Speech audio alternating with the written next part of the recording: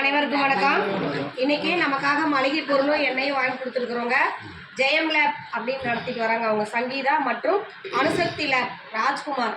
அவங்க இருவரும் இணைந்து நமது பாசமரக்கட்டளை பாசமுதி இல்லத்திற்கு சமையலுக்காக எண்ணெயும் மளிகை பொருளும் வழங்கியிருக்காங்க. அவர்கள் குடும்பம் தொழில் வாழ்க்கையில் அனைத்து நாளும் பெற்று வாழ நமது பாசமரக்கட்டளை பாசமுதி இல்லம் சார்பாக இறைவன்கிட்ட ஒரு பிரார்த்தனை வச்சுக்கலாம். திரு சங்கீதா திரு ராஜ்குமார் அவர்களுக்கு நமது பாசமரக்கட்டளை பாசமுதி இல்லம் சார்பாக நன்றிகளையும் வாழ்த்துக்களையும் தெரிவிச்சுக்கிறேன் எங்களுக்கு உதவி புரிஞ்சதுக்காக. இந்த நேரத்தில் எங்கள் பெரியவங்க சார்பாக நாங்கள் ஒரு கோரிக்கை வைக்க போகிறோம். என்னன்னு கேட்டிங்கன்னா, இந்த பாசமரக்கட்டளை ஆரம்பித்து 2 வருடங்களை கடந்து 3வது வருடத்தை நோக்கி போயிட்டு இருக்குதுங்க.